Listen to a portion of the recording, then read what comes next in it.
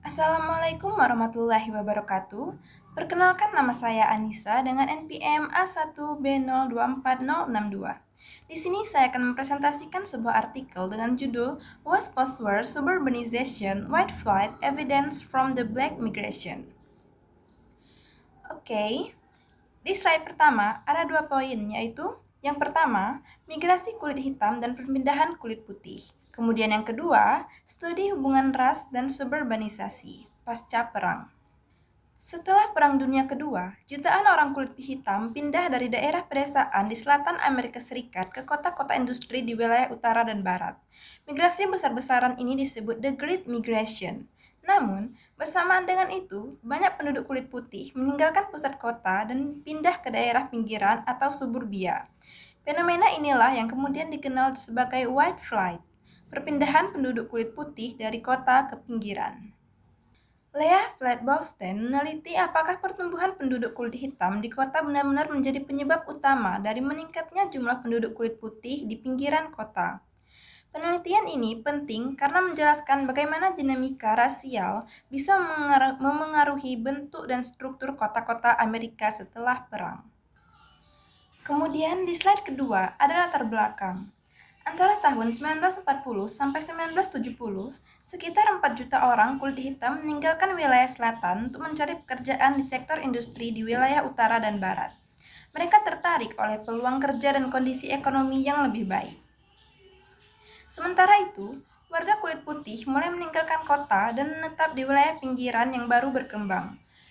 Banyak di antara mereka yang ingin mencari lingkungan yang lebih homogen dan dianggap aman.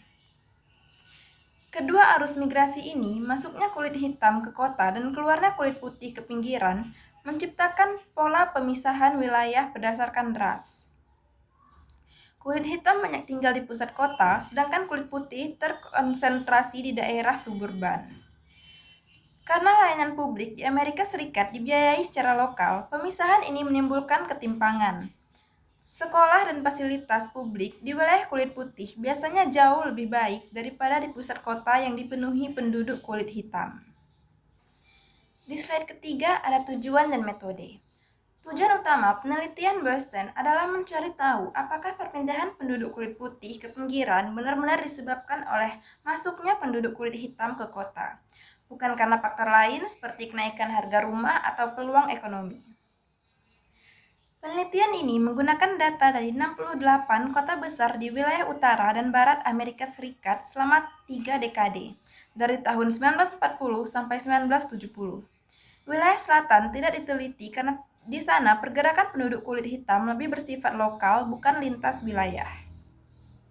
Boston menggunakan pendekatan statistik bernama instrumental variable.